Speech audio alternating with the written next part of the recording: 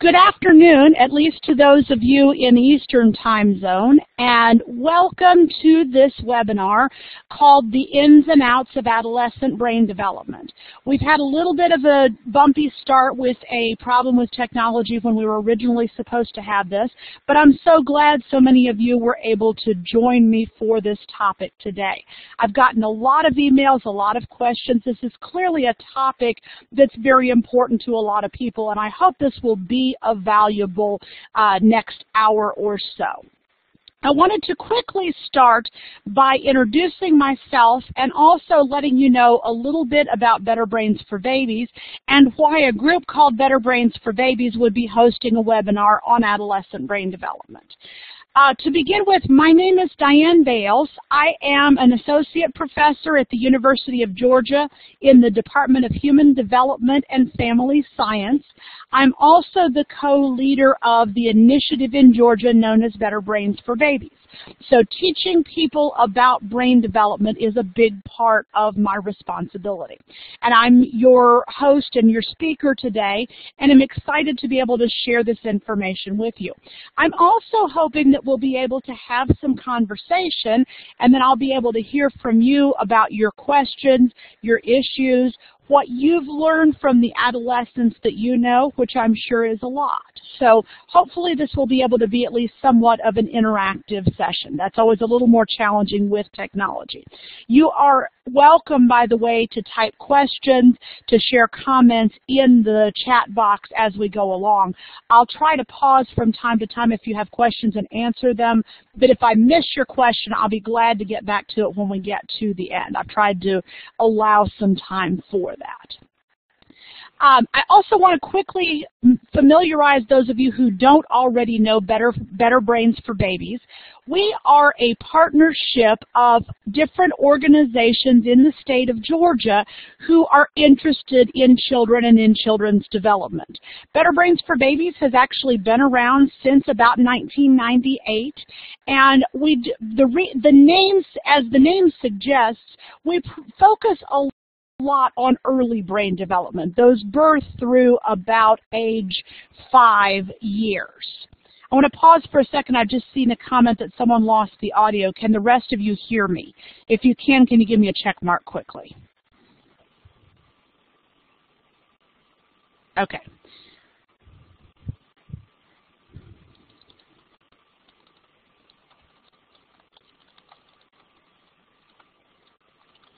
Thanks. Sorry. Thanks for your patience with this.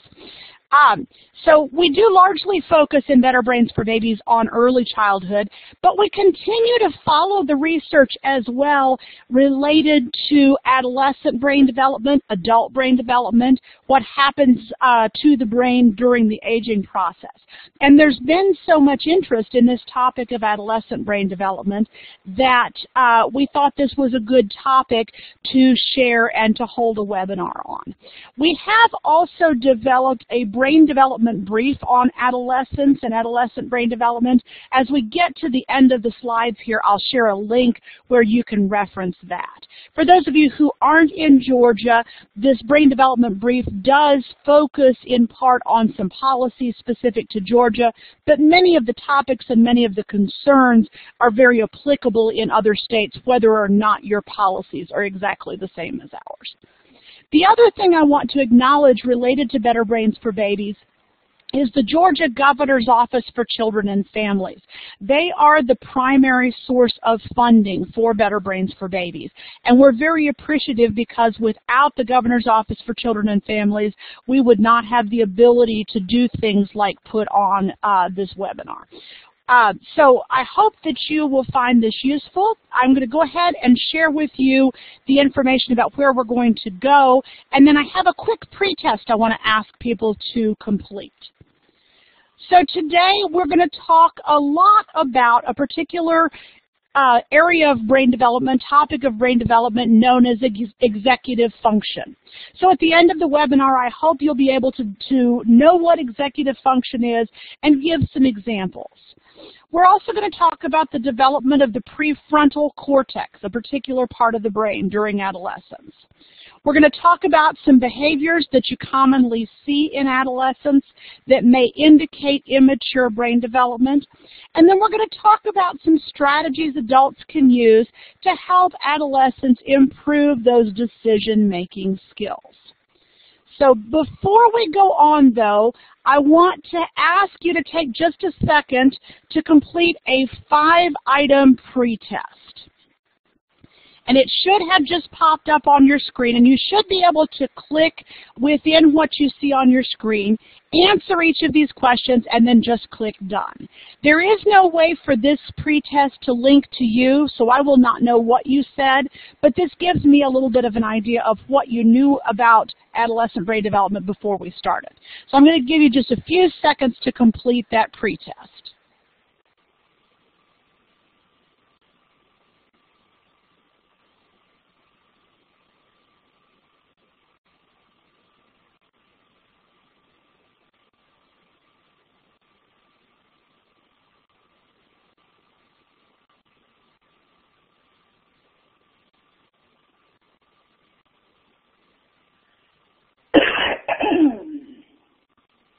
All right, so you all are not seeing the pretest, huh?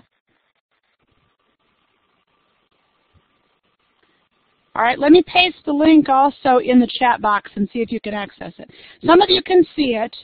I've also pasted the link in the chat box. If you can't see it on your screen, if you will click that link, it should take you to it. I'm going to give you about a minute or less longer to complete this so that we can move along and cover our content.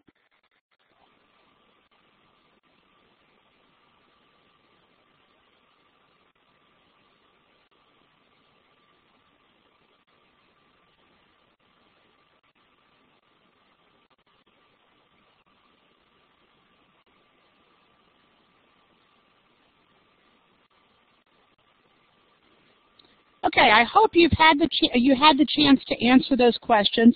We will go back and you'll have the opportunity to answer them again at the end of the session. And so hopefully if you didn't know answers, you'll be able to see what it is that you have learned in the time that we've been together today. I want to start out, and those of you in Georgia who have heard me talk about adolescent brain development before, you may be familiar with this example. It's one of my very favorite examples. And I want you to take a look at this as I read it to you and think about this child. So we're talking about Jacob. Last week, Jacob celebrated his birthday with a sleepover party that included 4 male friends. The 5 boys were in the basement playing video games when Jacob's mom received a call about 9:30 from the police asking her to come down to the local laundromat. When Jacob's mom arrived, she learned from the officer that the 5 boys had slipped out of the basement, gone down to the laundromat, and were taking turns drying each other in the large industrial clothes dryers. A customer at the laundromat flagged down the officer, who asked the boys why they were playing in the dryers. So as you think about this story, I want you to think about, why do you think Jacob and his friends did this? Does this example ring any bells with you? Any of you ever seen adolescents who act in these kinds of ways? Perhaps they haven't done this very thing, but they've done things that remind you of this. And I'd be interested to have you guess about how old you think Jacob is. So if you have a guess, go ahead and type it into the chat box. Because there are some things that we see in terms of his behavior. 13, 14, 15, 12, 13, 13, 15, 16, 13, 13, 16. So yes, you're all in the same kind of range. We're talking about early adolescence. I believe that Jacob and his friends were actually about 13. They did it because it sounded like fun, and they did it because they didn't have any thought that there would be anything else, anything dangerous that might come of this. This is a very typical kind of example. Give me a check mark if you have ever seen or known or even been an adolescent who has done something that's not very smart and not very wise. And if you've never ever seen or known an adolescent, you can give me who's done something like this, give me an X. But I suspect we'll get a lot of check marks here. Yeah, look at that, lots of check marks. We all know that a lot of adolescents sometimes don't make the best decisions. So part of what we're going to talk about today are some of the reasons why that is. Before we do that, though, I want to just very quickly highlight things we know about brain development. We know from brain research that the brain is not completely developed at birth. In fact, the brain is far, far, far from completely developed at birth. The latest research that we have seen tends to suggest that brain development is finished in late adolescence, by which we mean age 25 to 30. So if you think about adolescents you know, if you think about adolescents you work with, your own kids, your own grandkids, your own nieces and nephews, a lot of these kinds of things may sound very familiar. We do know that important foundations are formed before age 3, but certainly brain development is not complete by age 3 as well. We know that interactions with people, both early and throughout development, are important, and we also know that young people's sensory experiences contribute to their brain development. So to understand why kids like Jacob do things like dry each other in large industrial dryers, we need to understand a little bit about the parts of the brain. And you're looking here at a cutaway of the brain. If you imagine taking your brain and slicing it in half, that's what you're looking at, is the inside of the brain. And I want to point out this large section in the middle of the brain here that we call the limbic system. This kind of light gray area in the brain is all known as the limbic system.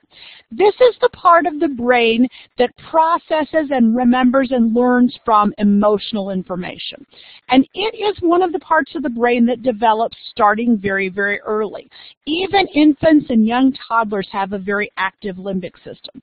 And it's also, it's important to remember when you're thinking about adolescence, this is the part of the brain that processes information first. So when you experience something new, it gets processed in the limbic system. If there is a lot of emotion tied to the experience, if it's something that's very upsetting or very exciting or very celebratory, then that's the processing that's going to go on in the limbic system, and decisions are going to be made based on those emotions. So the limbic system is the emotional center, and we contrast it with this outermost part of the brain that you see in this slide that we call the cerebral cortex. And in particular, this slide is highlighting a particular section or lobe of the cerebral cortex that we call the frontal lobe. It's located in the front of the brain, in the front part of the brain, and it is the part that is responsible for a series of abilities that we all want adolescents to have. And these abilities are known collectively as executive function. And all of them are skills that children begin developing even in early childhood. But they're the kinds of skills that are not well developed until late in adolescence. So some of the silly things that adolescents do, some of the reckless things that adolescents do, can be explained in part by the underdevelopment of this frontal lobe of the brain. So let's talk a little bit more about this idea of executive function, because it is one of the most important things that adolescents are developing. So when we're talking about executive function, we're talking about a set of higher order thinking skills. And these are the skills that enable complex problem solving and goal-directed behavior. So when you look at a situation, you assess all of the pros and cons and all of the risks, and you make a decision. You're using executive function. When you plan out that you want to go to college and become a pediatrician, and you need to go through the following 12 steps to be able to do that, you're showing goal-directed behavior. All of this is dependent, again, on this frontal lobe of the brain in the cerebral cortex. So some of the skills that are part of executive function: planning, focusing your attention, filtering out distractions, remembering instructions even when interrupted. And this is one that's difficult for a lot of adolescents. They may remember a series of instructions, but when something else comes along that interrupts them, especially if it's something emotional that activates that limbic system, they may forget where they were. And so they may not make a good decision because they've forgotten what they were instructed to do. Executive function also includes appropriate multitasking, and that word appropriate is extremely intentional here. We know that a lot of people attempt to multitask all the time. You're looking up a video on your phone while you're texting your friend to tell her about this video, and you're cooking and you're doing laundry and you're trying to keep up with your children. And often we have problems when we're multitasking that much because our brains are not made to do that many things at once very efficiently. But at the same time, in our lives, there's some degree of multitasking that has to happen. You can't generally get so focused on one thing that you don't notice anything else. So executive function enables us to be able to multitask enough to be able to get by and to balance different things going on in the world. Executive function also contributes to being able to prioritize tasks, to set goals, to move toward them, to evaluate your progress, and then possibly most importantly, to control your impulses and regulate your behavior. Because you can plan, you can pay attention, you can remember, you can prioritize, and you can evaluate and set goals and evaluate them as much as you want. If you can't control your impulse to do something else that you know is not a very good idea, you're not going to have a lot of success in that problem solving and that goal-directed behavior. So when we talk about executive function, these are the kinds of skills that we're talking about that are important. These are also the kinds of skills that a lot of adolescents, and especially younger adolescents, 12, 13, 14, 15-year-olds, have a lot of difficulty with. And again, that's partly because of the underdevelopment of this frontal lobe of the brain. And so developmentally, adolescents have difficulty with this executive function. So what's going on in the brain as far as executive function is that these kinds of abilities are largely controlled in that frontal lobe of the prefrontal cortex, which is the very last part of the brain to finish developing.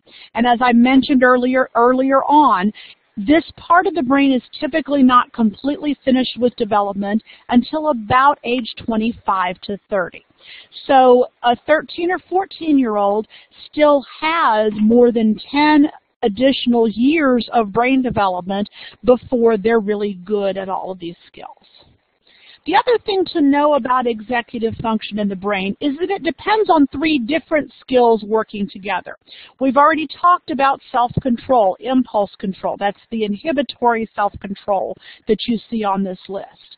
You also have to have working memory, the ability to keep something in your short-term memory, to remember it, to act on it quickly. And then you also have to have cognitive flexibility. That's where the appropriate multitasking comes in. You have to have the ability to think about one solution, test it out. If that doesn't work, often if you are a younger child, you're just going to give up. You're not going to try to keep solving the problem or moving toward the goal you've set. You're just going to assume that you can't do it. As you're developing executive function, you have the flexibility and you continue to develop the flexibility to be able to think of a new solution. If this doesn't work, let's come up with another idea. Okay, that idea didn't work either. Let's go on to a third idea. And all 3 of these abilities have to be well developed in order to make good decisions and in order to act on them and to act out those good decisions and follow through on those plans.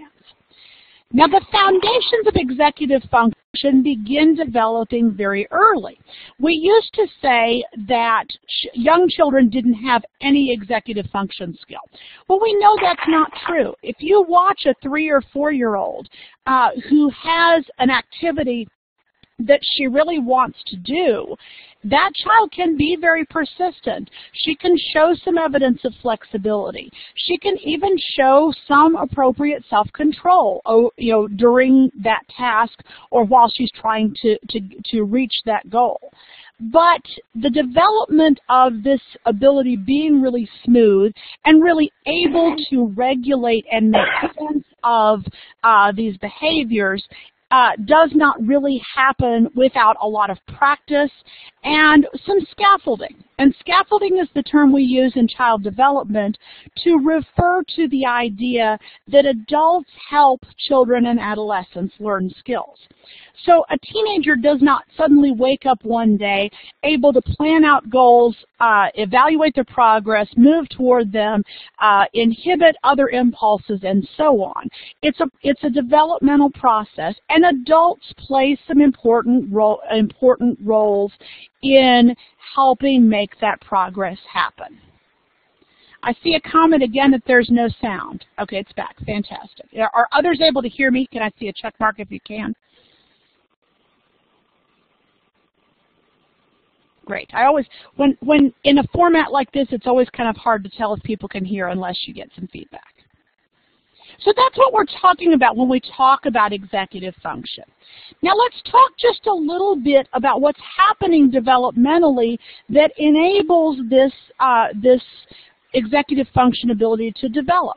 There are 5 basic processes in brain development: forming neurons, migrating neurons into positions. Those first 2 processes happen largely prenatally or in the first year of life. It's the next 3 processes that really contribute to the development of this executive function. One is coding the axons of neurons with a protective coating known as myelin. This process is called myelination. This is a long process, and the frontal lobe of the prefrontal cortex is not fully myelinated until late adolescence. So that's one of those brain development milestones that enables much smoother use of these executive function skills. The others are the formation of networks and pathways of connections between neurons, and then the selective pruning of some of these connections. Early in development, the neurons in the brain make thousands upon thousands upon thousands of connections with other neurons. And then with experience, those connections are shaped. So connections that are used regularly become stronger, more complex, and connected to many other things. Connections that are not used regularly are eliminated through this process of pruning, which makes the brain more efficient. So a 3 or 4-year-old's brain, it actually has more total activity than a 15 or 16-year-old's. But a 15 or 16-year-old's brain, because of this pruning process, is much more efficient. And so a 15 or 16-year-old is able to think of things and do things that a younger child can't because of that. So in adolescence, specifically what's happening is that this process of myelination is continuing, especially in the frontal lobes that we looked at earlier. And so over time and with development, the hardware in the brain that controls this executive function skill is becoming better and better developed. And so over time, teenagers become more capable of making better decisions. But it's not, remember, it's not just a developmental process. It's not just a matter of developing the brain structure and then all of a sudden you have these planning and judgment abilities. It's also a matter of having that appropriate experience with the support of adults. And for those of you who are either parents interested in helping your own adolescents or professionals who work with adolescents, part of what you can do as adults is to provide the support and provide the experience that helps teens practice these decision-making skills. And it tends to be more effective if adolescents and even younger children have opportunities to practice problem solving before they reach the point in life where they have to make a lot of big decisions that may potentially have major impacts. So before we have a teenager, for example, who is being pressured by her boyfriend to have sex and has to decide whether or not she's going to do that, with potential consequences of getting pregnant, of contracting a sexually transmitted disease, and so on, we want that teenager to have experience making other kinds of decisions that are less crucial to her overall well-being and her long-term development, but that give her those chances to learn how to look at different options, make a plan, follow the plan, assess your progress towards your goal, and so on. So for very young children, we talk about very simple decisions, allowing a child to choose between two shirts and allowing him to choose between two breakfast cereals, for example. Those sound very simple and very silly, but when children are used to the idea that they have to look at options and make decisions and assess and weigh alternatives, over time the decisions can get more complex, but the skills are the same. So that practice is very, very important. Let's talk about some key changes that we see in the adolescent brain. We've talked a lot about executive function as a general pattern of skills, but we also know there is an increase in the gray matter in the brain. This has to do with the myelination of this frontal lobe of the brain. So the total matter in the brain, the bulk of the brain, becomes larger. We also know that adolescents develop a quicker reaction time. They can respond much more quickly to a stimulus that they see. And in some kinds of situations, such as things like driving, that can be a very crucial skill. We know that adolescents have better reasoning abilities. That comes from this combination of working memory and cognitive flexibility that contribute to good decision making. We also know, though, that there's another crucial set of biological changes happening in adolescence that affect the brain as well, and those are the hormone changes that are associated with puberty. There's a period in each adolescent's life when the brain and the body are flooded with hormones in levels that that child or that adolescent has never experienced before. And these hormone changes can affect social behavior, can affect cognitive development, and also responses to stress. And so adolescents sometimes are somewhat vulnerable to stress because they're already dealing with a lot of changes. Their brains are already flooded with a lot of hormones, and when they're under stress, they're trying to cope with that on top of all of the other things they're doing. So hormone changes are important. We also know, of course, that adolescents get better at impulse control. Now, if you are the parent of an adolescent, you may know that they're not perfect at it. Many of us adults are not either, so it's not all that surprising. But impulse control does continue to improve.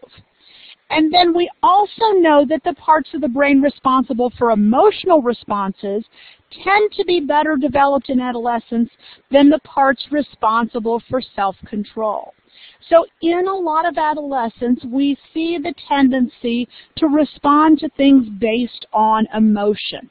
And if you remember that earlier slide, sorry, wrong one. We were looking at the limbic system, the part of the brain that is the emotional center. A lot of adolescents are responding based on that limbic system and their emotional responses rather than the careful thinking and reasoning and planning that tends to happen in the frontal lobe. So that's not an excuse for adolescents who sometimes make bad decisions, but it does help to explain it. It helps you to understand a little bit more about why teens sometimes make decisions that seem to be guided by their heart rather than their head. Now, one of the challenges, of course, related to teenagers and their brains is that we see some changes in things that teenagers are able to do and are allowed by our society to do that in some cases the brain may or may not be particularly well suited for. The brain development may not yet have caught up to some of the things that we think that teens are ready for and that teens themselves think they're ready for. So we know that there are some continuing challenges with impulse control. And if you skip down to the bottom of the list here, you see driving a car, which is an issue and an interest for a lot of teenagers. When you are driving a car, impulse control is one of the things that really needs to be rock solid.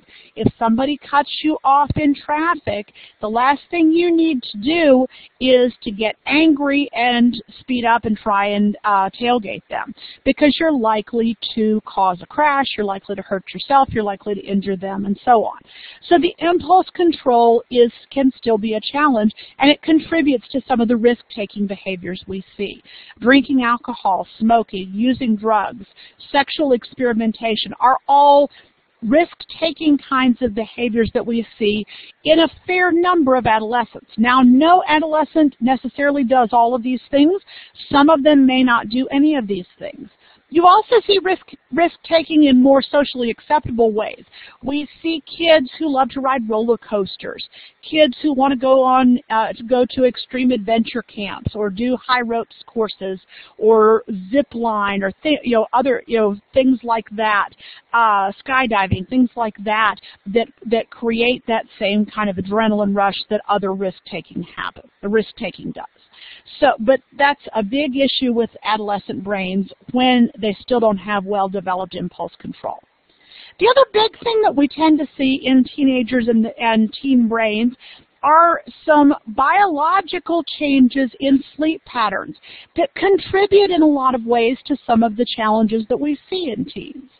And again, if you have raised a teenager, if you remember what it's like to be a teenager, this will sound very familiar. Teenagers, adolescents tend to think they don't need as much sleep as younger kids. They beg to stay up late. They refuse to go to bed. They say, I'm too old to go to bed when my younger brother does. The fact is they do require about as much sleep time as elementary age children do, but they rarely get it. Because what happens during puberty is that sleep patterns tend to change.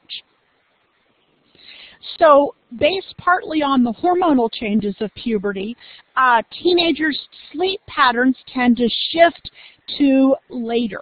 So they tend to want to go to sleep later, they tend to wake up later. Some of you may have or have been a teen who sleeps until noon or 1 o'clock on the weekends. That is a biologically driven process. They're not just sleeping late to try to avoid doing things that their parents want them to do. The actual patterns change with puberty. So they tend to go to bed earlier, they tend to wake up earlier. There also tend to be more obvious differences in weekday and weekend sleep-wake patterns.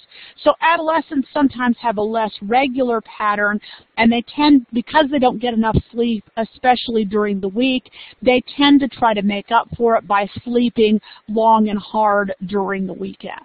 So you see those differences. They have short sleep nights during the week, and then long sleep cycles of sleep on the weekend. And there are some sleep problems that are common in adolescence. Too little sleep, trouble falling asleep, trouble waking up, poor quality sleep. So some of the same things we see in adults sometimes are common in adolescents. And especially if they're not getting enough sleep, you may see things like increased risk of injury. How many of you, give me a check if this is true and X if it's not, how many of you have been sleep deprived and have done something and hurt yourselves? Whether it's something little, you cut yourself, you scrape yourself, you trip over the door, you get clumsier, you wind up bruising yourself more. It's fairly common when you haven't had enough sleep. It's a lot easier to injure yourself. The same is true of our adolescents who are not always getting enough sleep. Poor school performance makes a lot of sense when you think about it. If you haven't had enough sleep, paying attention in class is a lot harder, and doing well in school tends to be a lot harder. Negative mood. How many of you are grouchy when you haven't had enough sleep? The same is true of adolescence. So sometimes that grouchiness, that negative mood is purely a lack of sleep.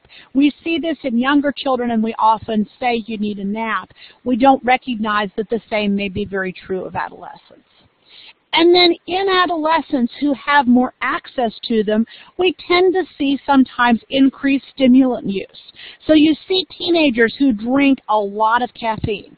They drink Mountain Dew 5 times a day. They start drinking coffee. They use nicotine. They use other things as stimulants to try and wake them up because they don't have enough sleep.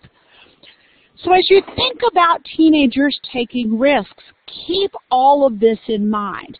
And also think about what our school patterns tend to be like.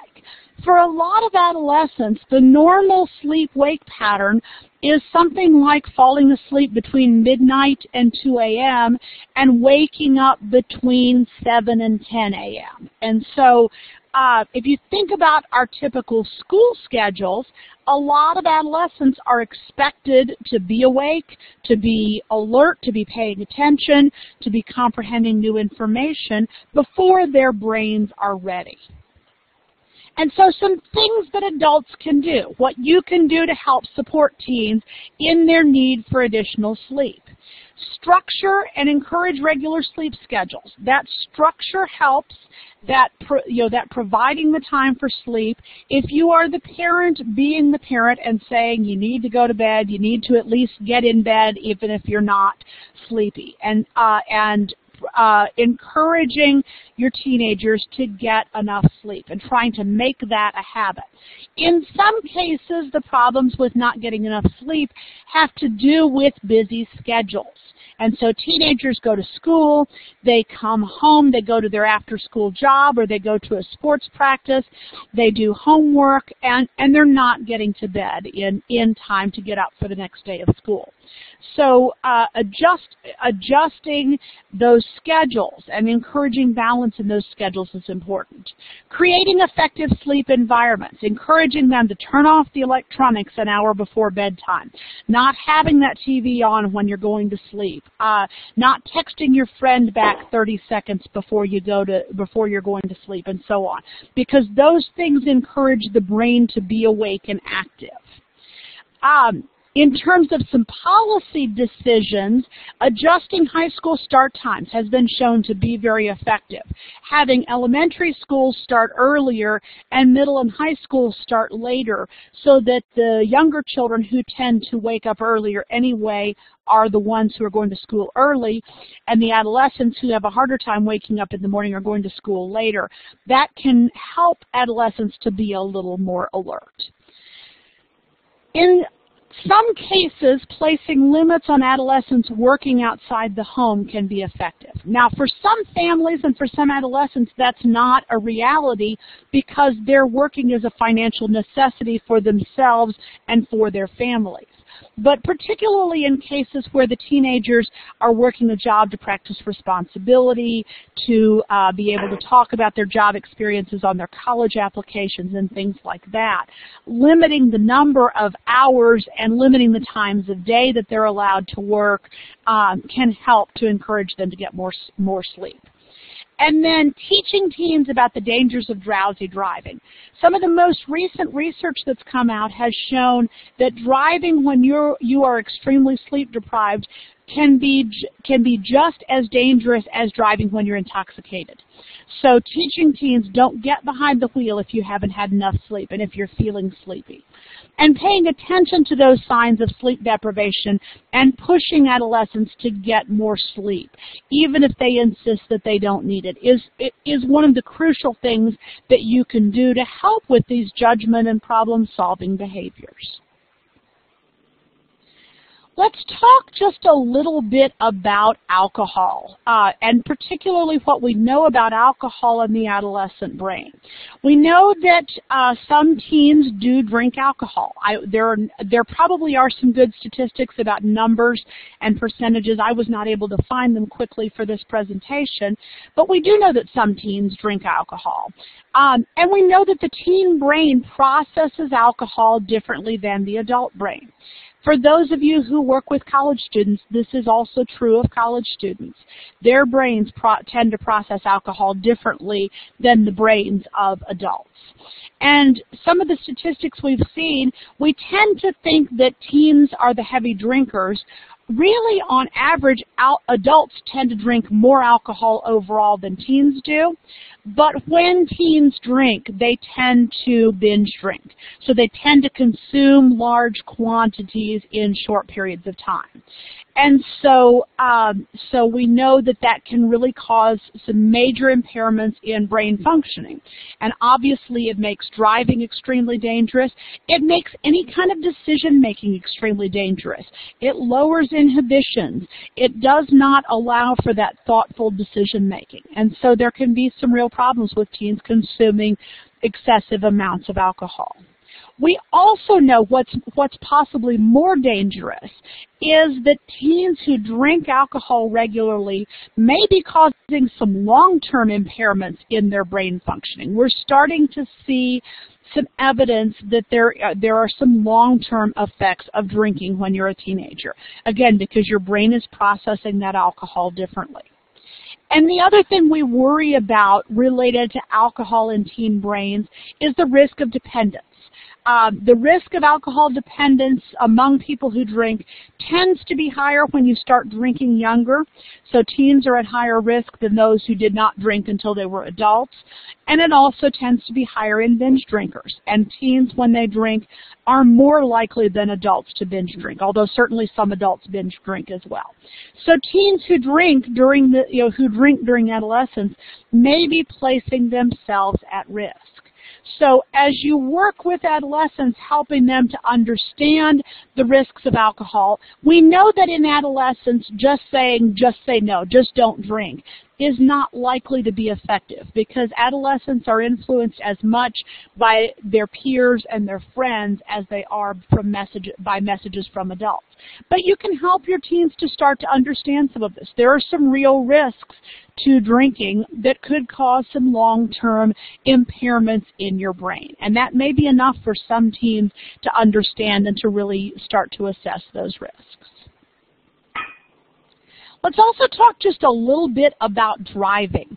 This is an ad that came out from Allstate a few years ago, and I thought it was one of the most effective graphics I have seen that really communicates what's going on as far as adolescent brain development. Why do most 16-year-olds drive like they're missing a part of their brain? Because they are, and in this case it's the car-shaped part, but they are missing a lot of the development of that executive function in the frontal lobe of the prefrontal cortex. So they're driving as if they're not able to make good decisions, and sometimes they're not because that part of the brain is still developing.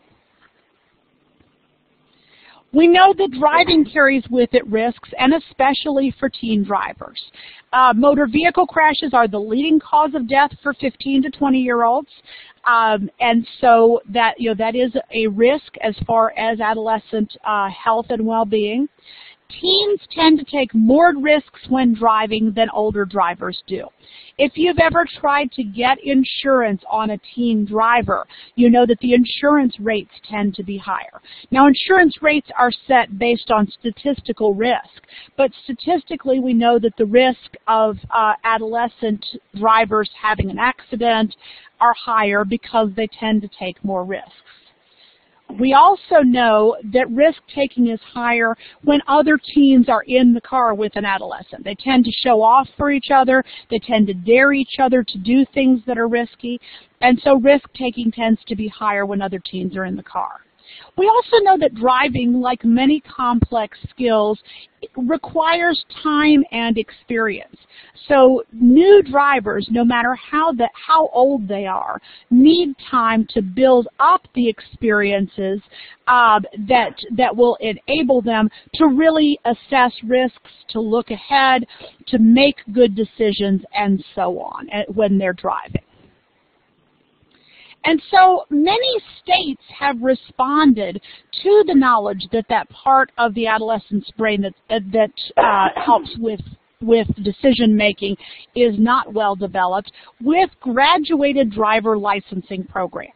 And I'm sharing with you the example of Georgia. Other states also have these kinds of programs. They're becoming very common, and they've been shown to be effective in reducing the risk-taking in teen drivers. So in Georgia, young people are allowed to get their instructional permit at age 15 once they pass a written test. That age varies some from state to state, but that's pretty common. In Georgia, once they turn 16, they can take a road test and get what we call an intermediate license. They have to have driver education. They have to have, and their parents have to document a certain amount of road driving experience before they can take the test. Once they have this intermediate license, there are some limitations on what they're allowed to do. There are stricter limitations on cell phone use. Basically, when you're 16 or 17 and a licensed driver in Georgia, you cannot use your cell phone at all for any purpose. You cannot take a call. Obviously, you can't text. Even with a hands-free device, no cell phone use at all for ages 16 and 17. Now, I know some states are stricter with cell phone use anyway. Georgia does allow telephone calls, but not texting for drivers who are 18 and up. There are big restrictions on the number of passengers. Remember that teens tend to take more risks when other teens are in the car. So during the first 6 months that you have your intermediate license, the only people who can ride with you are your immediate family. No friends, no neighbors, no second cousins, and so on. For the next 6 months, you can have no more than one non-related passenger under 21. So you and one friend can go driving, but you can't drive a carload of 10 people. And after the first 12 months that you've had your intermediate license, but until you turn 18, you can have no more than 3 non-related passengers under 21. So there's a limit on how many other adolescents you can have in the car with you. And then in Georgia, there are also limits on driving hours. In particular, drivers with intermediate licenses can't drive late at night or very early in the morning. And then the third step is a full license, which you can receive when you turn 18 unless you have had certain kinds of violations in your intermediate license that limit your ability to get that license.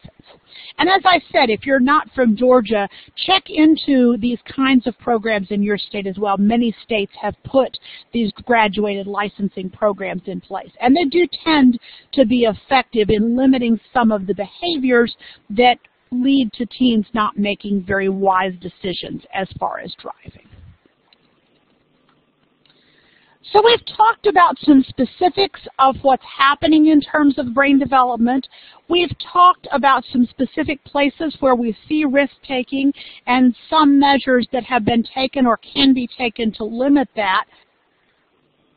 Let's talk a little bit more about some of the things that adults can do in response to or in order to prevent or limit some of this risk-taking in adolescence. There are really 3 different sets of things that adults can do. The first is to set the stage for adolescent decision making. And we've talked a little bit about this already. Building solid relationships with young people from the time that they are children leads them to have trust in you as an adult. So as much as possible, if you are a professional working with young people, try to take the time to build those relationships.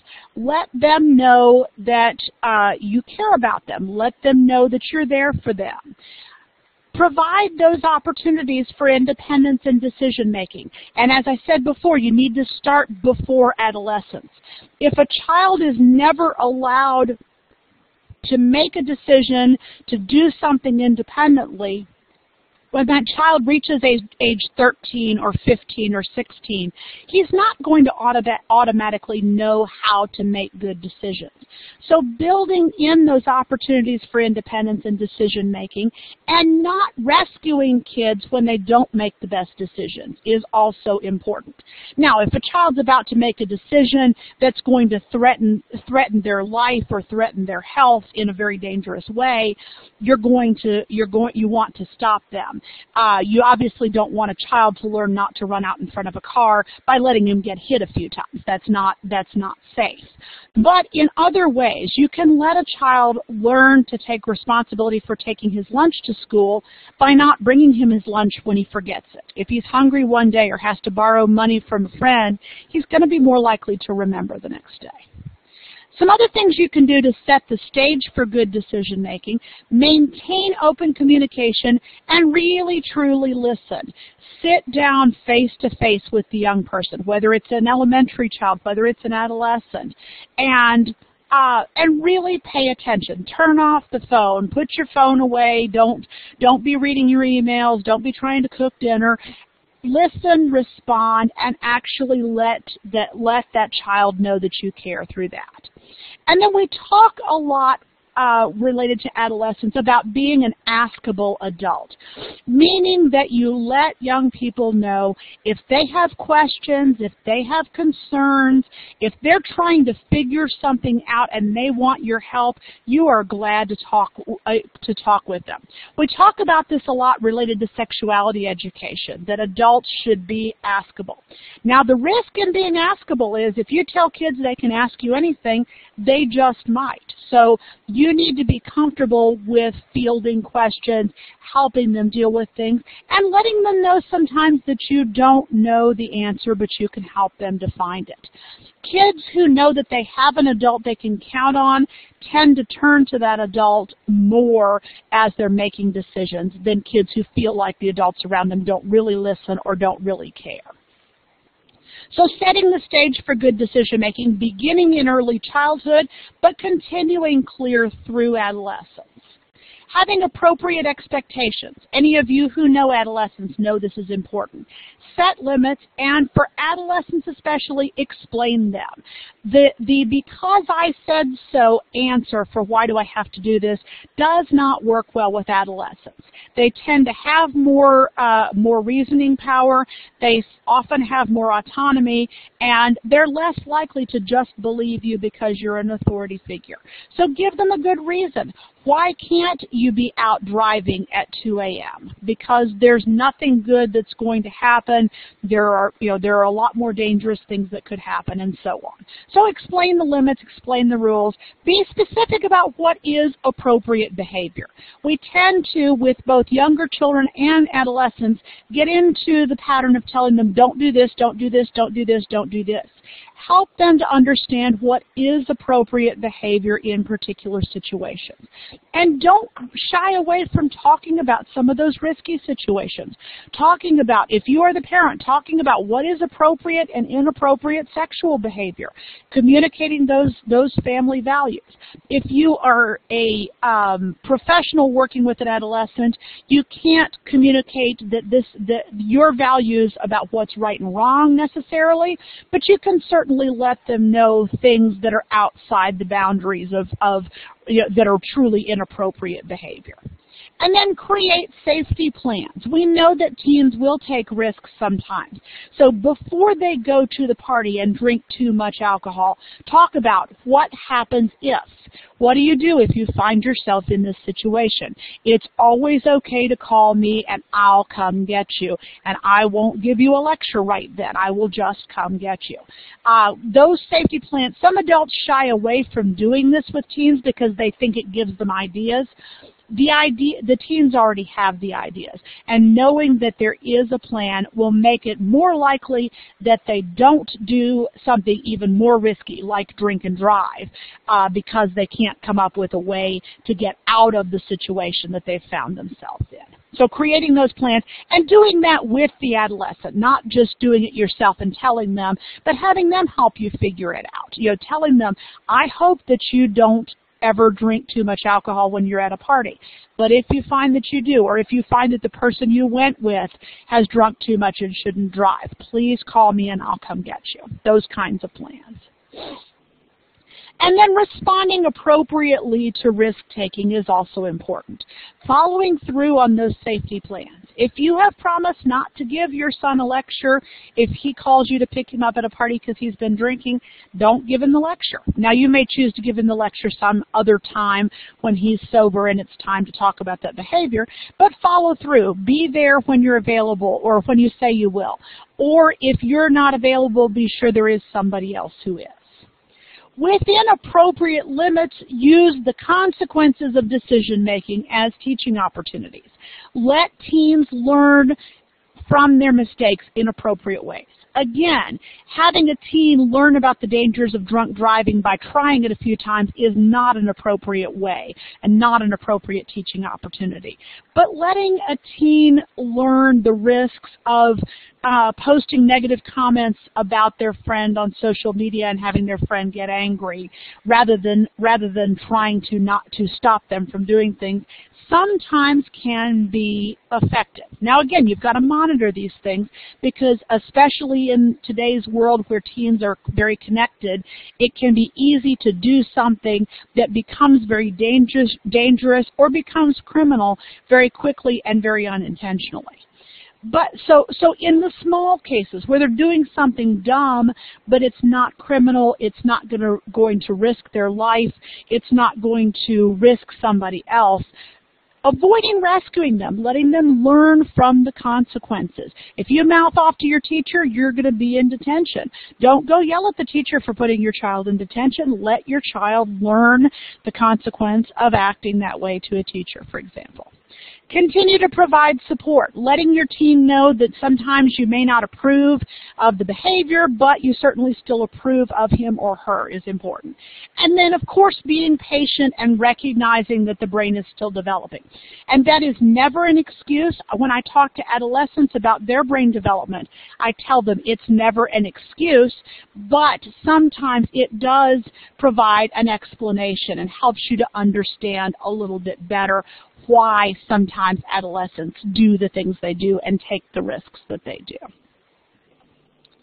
Time has really flown here. I do want to just very quickly make you aware of some slides here about executive function, about and the brain development brief that I mentioned about adolescent brain development is the third one on this list. And there are a couple of others. The teen brain still under construction, adolescent sleep needs, and then a nice article from Harvard Magazine about the teen brain.